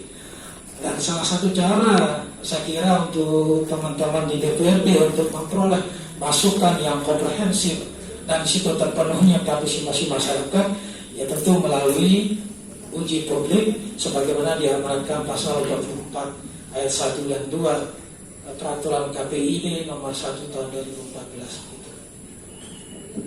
Kita beri aplaus untuk Pak Fahmi Raharja yang memberikan pencerahan kepada kita semua terkait proses seleksi yang dilaksanakan oleh DPRD. Nah, ini sepertinya dari bersangkut. Mesti kita juga ingin dengarkan langsung dari Pak Kadis. Pak Kadis, apakah Pak Kadis sebagai pemerintah daerah bagaimana menyikapi apa yang tadi disampaikan oleh Pak pakar komunikasi kita juga dari Ombudsman berkaitan dengan proses yang sedang berjalan saat ini yang menghendaki adanya partisipasi publik Saya silakan Pak Kadis untuk memberikan. Ya, terima kasih Lore. Jadi kita memang menginginkan setiap proses yang terjadi itu terbuka. Dan saya pikir Pansel kemarin sudah melakukan tahapan-tahapan itu. Hari ini sudah masuk ke DPRD, sehingga nanti kita akan sampaikan seperti apa nanti dari Sekretariat DPRD akan menggelar fit and proper test ini. Kalau misalnya sesuai dengan harapan yang disampaikan, ya tentu ini bisa saja dilaksanakan seperti itu. Tetapi hari ini juga kita dihadapkan, ini kan minggu depan ini, kita dihadapkan hari ini kita juga sedang baru saja menerima Inmendagri terkait dengan PPKM darurat di Kota Mataram. Ya kemungkinan akan ada pengaturan yang berbeda kembali nanti, apakah ini akan diundur ataukah ini akan disesuaikan sesuai dengan kondisi dari PPKM darurat di Kota Mataram. Karena kalau sektor-sektor yang esensial saja yang bisa melaksanakan, tetapi kalau yang lainnya itu untuk darurat ini perkantorannya 100% dia tutup ya. Nah tentu nanti kita akan lihat seperti apa. Saya tidak bisa memberikan gambaran secara utuh apa yang menjadi pekerjaan dari Pansel kemarin, karena terus terang kemarin saya masuk itu Panselnya sudah jalan dan saya tidak berada di dalam Pansel itu. Jadi kepala dinas sebelumnya yang menjadi ketua Pansel, jadi mestinya Pak Gede juga dihadirkan di sini nanti, atau Pansel yang lain ya sebagai anggota juga dihadirkan kemudian ditanyakan, karena nanti kalau saya misalnya menjawab apa yang menjadi pekerjaan orang lain, ya saya juga tidak bisa menyampaikan apa yang di dalamnya. Saya tidak tahu proses dan saya tidak tahu juga pengambilan keputusannya. Nah ini sekarang bolanya itu sudah ada di DPRD. Nah tentu DPRD dan sekretariat DPRD yang memiliki kewenangan untuk mengatur bagaimana nanti proses untuk fit and proper test itu dilaksanakan. Kalau misalnya nanti dinas kominfo terlalu masuk ke dalamnya, ranahnya sudah berbeda. Tetapi saya setuju bahwa keterbukaan informasi, kemudian keterbukaan dari pelayanan publik yang dilakukan itu sesuai dengan regulasi yang ada itu, silakan saja itu yang menjadi panglima kita semua. Sehingga saya sangat berharap bahwa apa yang disampaikan ke Ombudsman itu juga dulu juga teman-teman komisioner yang hari ini juga menyampaikan seperti itu adalah konstitusi yang menjadi hak setiap warga negara untuk bisa menyampaikan. Jadi negara kita ini negara hukum, kemudian kita memiliki undang-undang yang mengatur tentang hak asasi kita juga kita perjuangkan seperti apa. Ya, kalau ada hal yang membuat kita itu kurang puas dengan segala sesuatu yang menjadi sebuah keputusan, ya, maka negara memberikan kesempatan kepada kita untuk menempuh jalur-jalur yang sudah diatur dengan regulasi dengan undang-undang yang ada. Salah satunya itu adalah kita bisa menyampaikan ke Ombudsman untuk kita tempuh jalur yang sudah ditentukan seperti itu. Jadi saya pikir seperti itu nih Pak Ray. Ya, terima kasih. Iya, Pak Kadis barangkali juga ingin bisa memberikan gambaran terkait proses yang sedang berjalan ini. Apakah ada kemungkinan dari pemerintah daerah juga memberi masukan kepada pihak legislatif terkait tahapan yang berpotensi ke depan menjadi masalah seperti tadi? Misalnya minimal tadi harapan dari pakar koordinasi kan, barangkali ada satu atau mungkin dari dinas kominfo yang akan memfasilitasi nonton bareng agar mengikuti standar protokol kesehatan, sehingga apa yang tadi diharapkan proses itu bisa dilihat. Nah, itu barangkali silakan Pak Kadis. Akan kita sampaikan apa yang menjadi masukan dari teman-teman, bukan hanya dari forum ini, tetapi dari banyak forum juga menyampaikan. Dan teman-teman yang lain di masyarakat juga menyampaikan juga, baik itu melalui media sosial, menanyakan juga kepada kami, yang menanyakan secara langsung juga ada juga kepada kami ditanyakan seperti itu. Tetapi selalu saya katakan bahwa usulan akan kita sampaikan. Ini sebagai masukan kepada Sekretariat DPRD yang akan menggelar ini di sana. Yang jelas saya sudah katakan bahwa saat ini ranahnya sudah di ranah fit and proper test di DPRD Provinsi Nusa Tenggara Barat. Kalau soalnya nanti kita akan memberikan fasilitasi, nah tentu sekretariat DPRD akan meminta kepada kita untuk memfasilitasi misalnya Zoom atau online atau apa segala macam, seperti halnya seluruh OPD yang ada di Pemprov NTB ini. Nah, ini jadi apa jadi?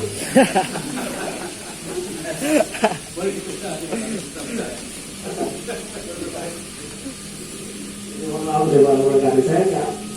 Soalnya hampir mirip dari rumah saya dekat dapur. Jadi ruang tamunya dekat dapur. Jadi UPD yang lain juga seperti itu. Kalau mereka mengharapkan bantuan kita untuk memfasilitasi Zoom, memfasilitasi smartphone, kita punya aplikasi, ya kami akan lakukan. Tapi sekarang tergantung apakah itu dibutuhkan ataukah itu cukup dilakukan oleh sekretariat DPRD yang memang juga memiliki fasilitas tersebut. Jadi kita siap-siap saja ini Pak. Terima kasih Pak. Iya, terima kasih Pak Kadis. Rupanya waktu yang luar biasa, kita berpacu tinggal 15 menit. Seperti rencana kita jam 6 dan selesai. Sebelum kita minta closing statement dari narasumber, saya tergelitik karena di sini juga hadir Pak Arwasaroni, salah satu tim sel. Nah ini penting kita ingin tanya, apakah tim sel pernah menyampaikan terkait tahapan-tahapan yang mesti dilalui pasca bahan-bahan hasil 21 diserahkan kepada DPR? Terima kasih. Cek satu. Bismillahirrahmanirrahim. Assalamualaikum warahmatullahi wabarakatuh. Salam sejahtera buat kita semua.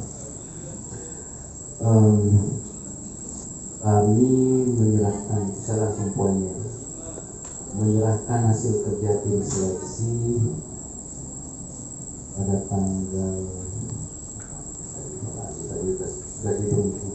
tapi sudah terekspos ya, sudah kami serahkan hari Senin, kami serahkan langsung ke pimpinan DPR, dan di situ pada momen itu kami menyampaikan beberapa hal yang menjadi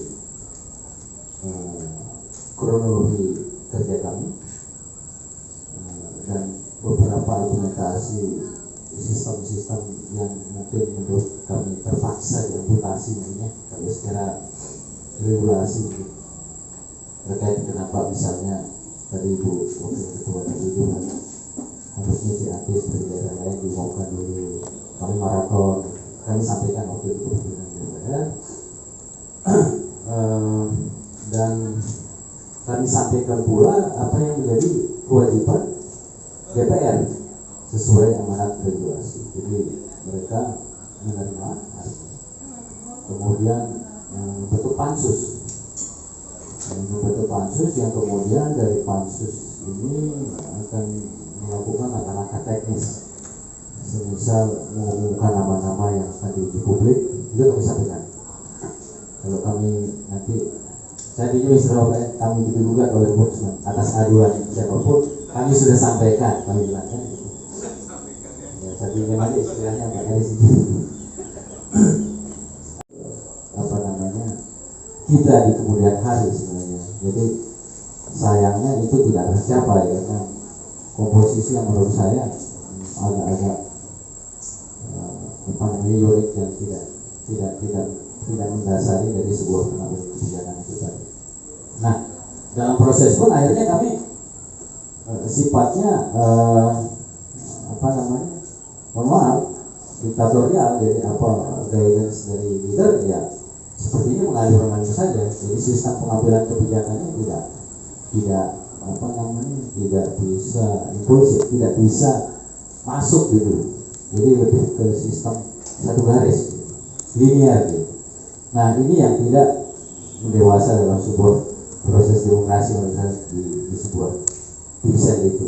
Nah tapi oke lah, kita abaikan bab itu, dan apa yang dijawab oleh Pak Kadis Kominfo saya pikir sangat tepat sekali. Beliau tidak memahami konteks ini karena beliau masuk menjabat ketika proses ini sudah berjalan, Pak.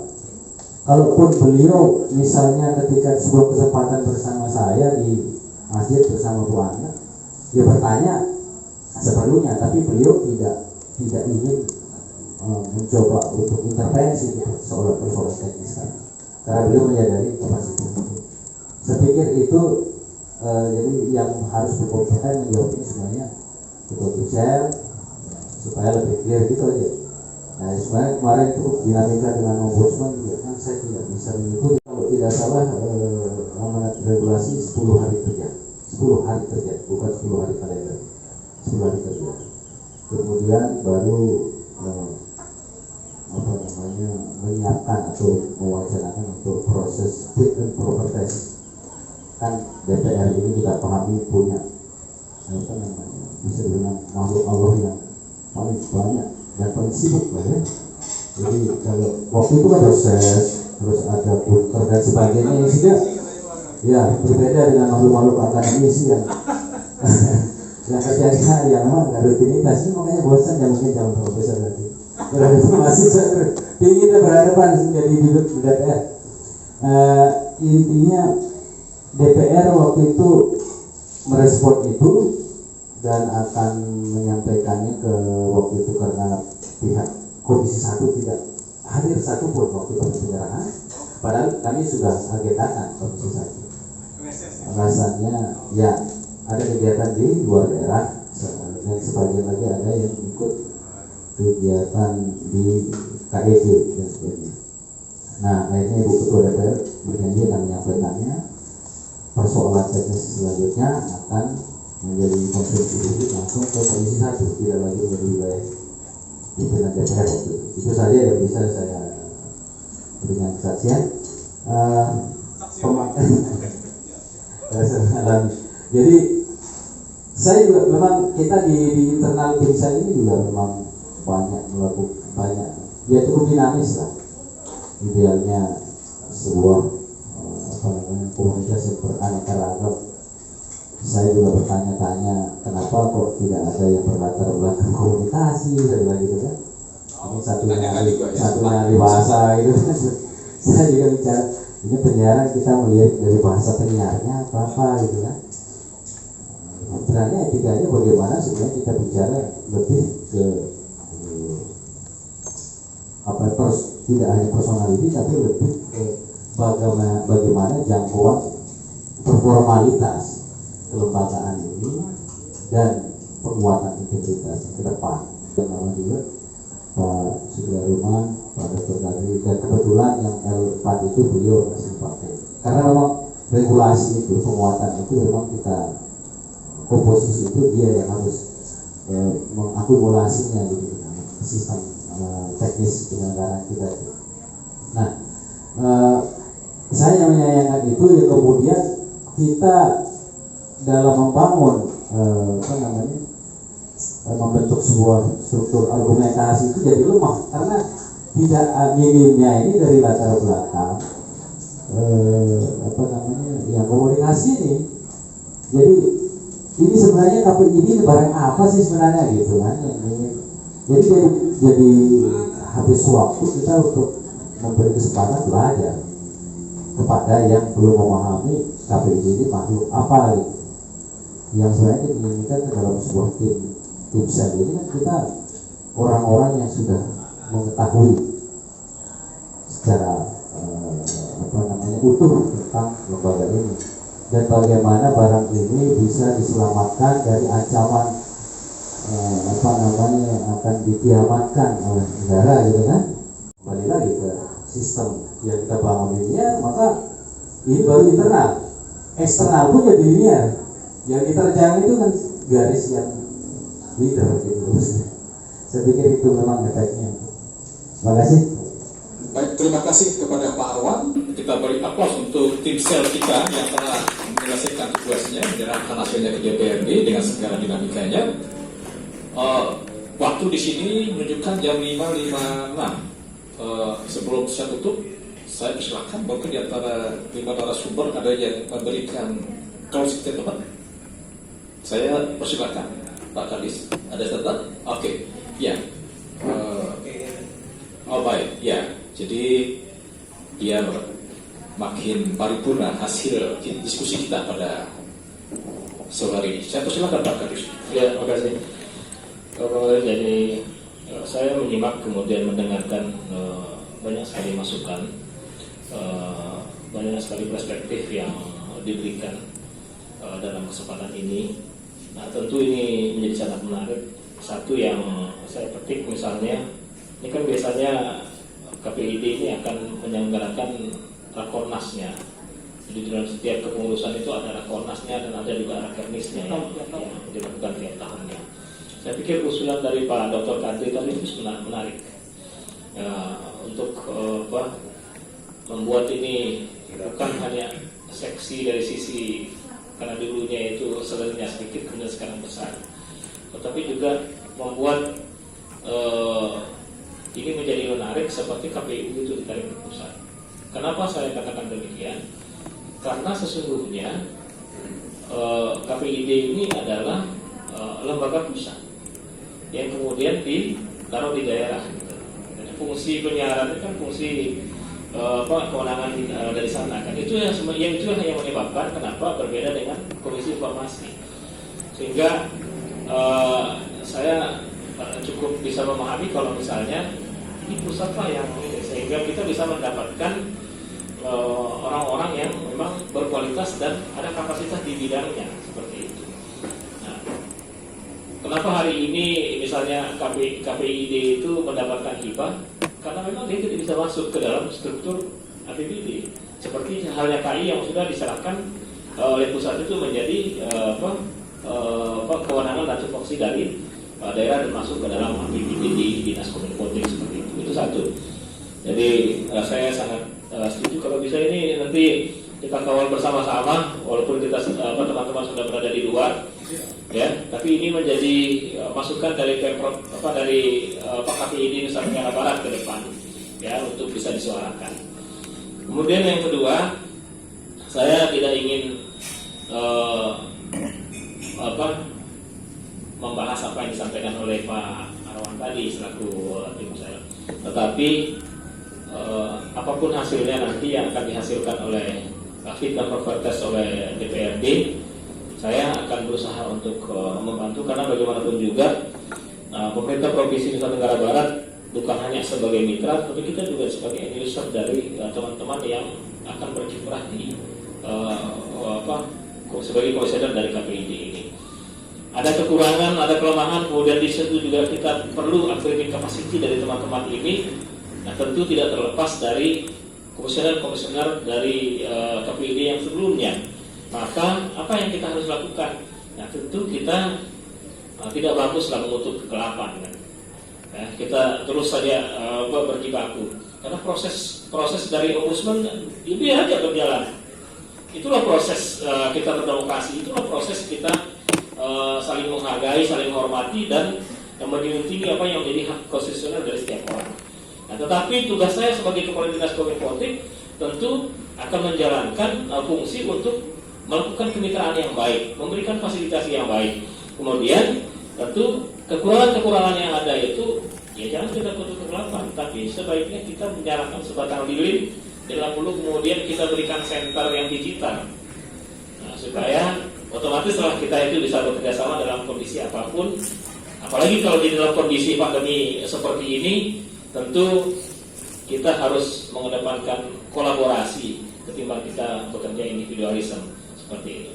Jadi terima kasih sekali lagi kepada Bang Ray dan seluruh tim dari Tenasiar, kemudian Jaman-Jaman TV dan Mataram Radio Online yang sudah menyelenggarakan acara ini. Mudah-mudahan ini menjadi awal yang baik bagi kita, dan sekaligus saya ingin mengajak Bang Ray untuk melaksanakan talk show ini di Dinas Kominfo untuk tema yang berbeda. Bisa ini di akhir bulan Agustus ini, Bang. Ya, ini saya sekaligus kasih tantangan untuk berkolaborasi. Mantap. Nah, kepada teman-teman. Terima kasih. Assalamualaikum warahmatullahi wabarakatuh. Kami sudah pensiun, baru dikasih. Ya, terima kasih. Kita beri aplaus untuk Pak Kadis Kominfo yang siap mengawal seluruh proses KPID ke depan ini, ya sebenarnya juga teman-teman Jamat TV juga ingin menyampaikan sesuatu, tapi karena waktu yang tidak memungkinkan. Tapi sebelum saya akhiri, barangkali Pak Dr. Agus ada yang ingin menyampaikan prosesnya teman-teman, atau yang ingin disampaikan, mumpung masih bisa kita masih ada. Baik, bisa dibantu, ya, biar lebih paripurna. Akhir kita pada sore hari ini, saya persilahkan Pak Dr. Agus. Baik, terima kasih. Jadi mungkin dalam waktu dekat ini adalah bagaimana agar komisioner baru ini bisa terpilih dan menghasilkan komisioner yang kredibel, ya, yang kompeten. Karena tantangan ke depan KPID ini makin berat ya, menghadapi era digital dan juga perkembangan teknologi informasi yang begitu pesat. Dan janjinya pun akan semakin berat dan insya Allah. Ya, dan banyak hal yang perlu dilakukan perbaikan di lembaga penyiaran kita, dan termasuk salah satu yang disampaikan Pak Kadis tadi dan Pak Dr. Kadri, ya, gimana agar ada kontribusi dalam revisi atau penyusunan ulang, barangkali lebih tepat, dari undang-undang penyiaran. Jadi saya juga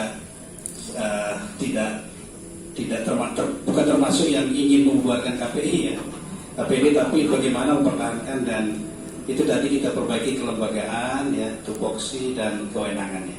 Saya kira itu dari saya. Makasih. Assalamualaikum warahmatullahi wabarakatuh. Waalaikumsalam warahmatullahi wabarakatuh.